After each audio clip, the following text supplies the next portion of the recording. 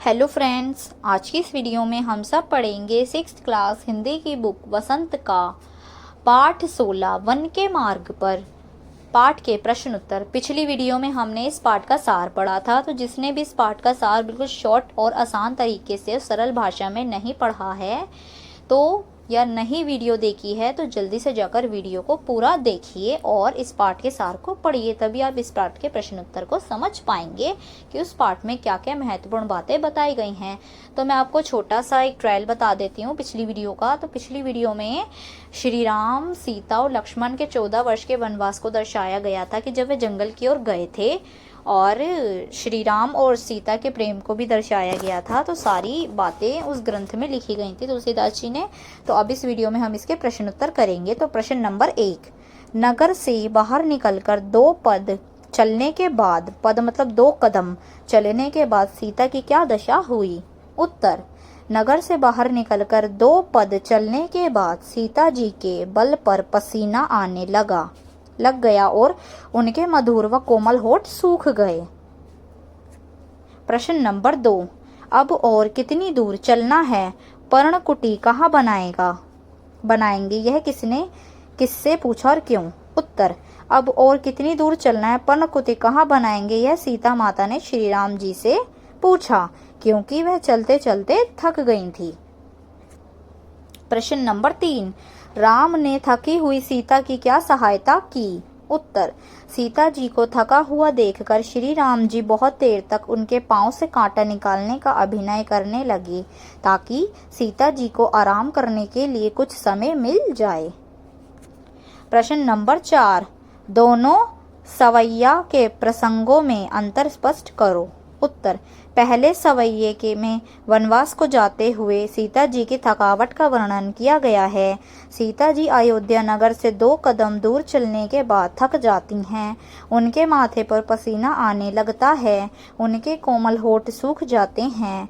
वे श्री राम जी से बड़ी व्याकुलता से पूछती हैं कि पर्णकुटी कहाँ बनानी है तथा अब कितनी दूर चलना है। सीता जी को इस दशा में देखकर श्री संत राम जी की आंखें नम हो जाती हैं।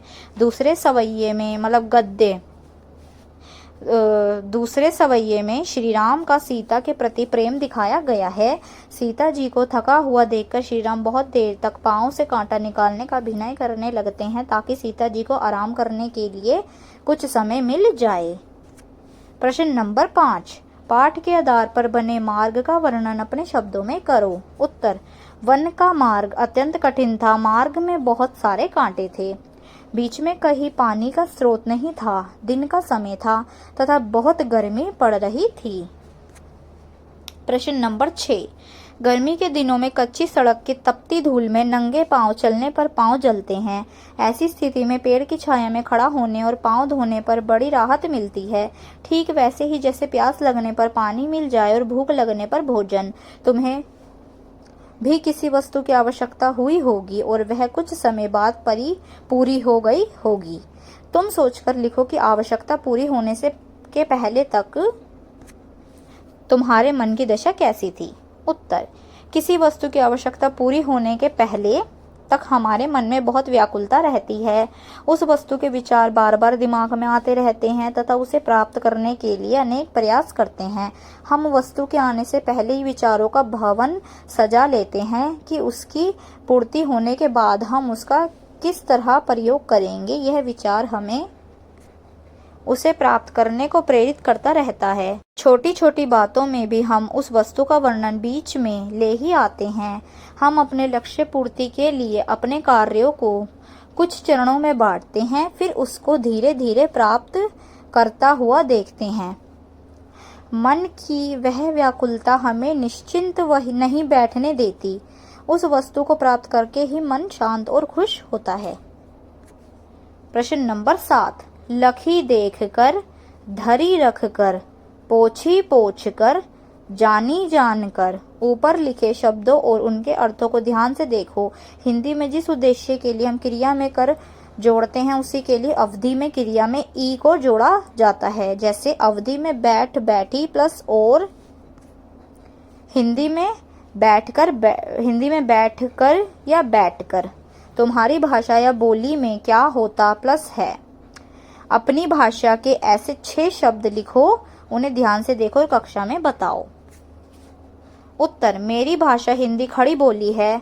हिंदी में पीकर और भोजपुरी पीके, हिंदी में सोकर और भोजपुरी सो के, हिंदी में जागकर और भोजपुरी में जाग के, हिंदी में रुककर और भोजपुरी में ठहर कर, हिंदी में रखकर और भोजपुरी में रख के, हिंदी में देखकर और भोजपुरी में ताक के।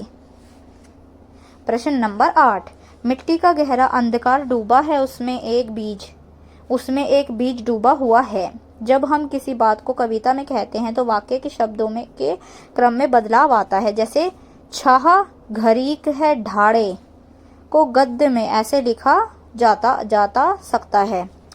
छाया में वक घड़ी खड़ा होकर, उदाहरण के आधार पर नीचे दी गई कविता की पंक्तियों के गद्य के शब्द क्रम में लिखो।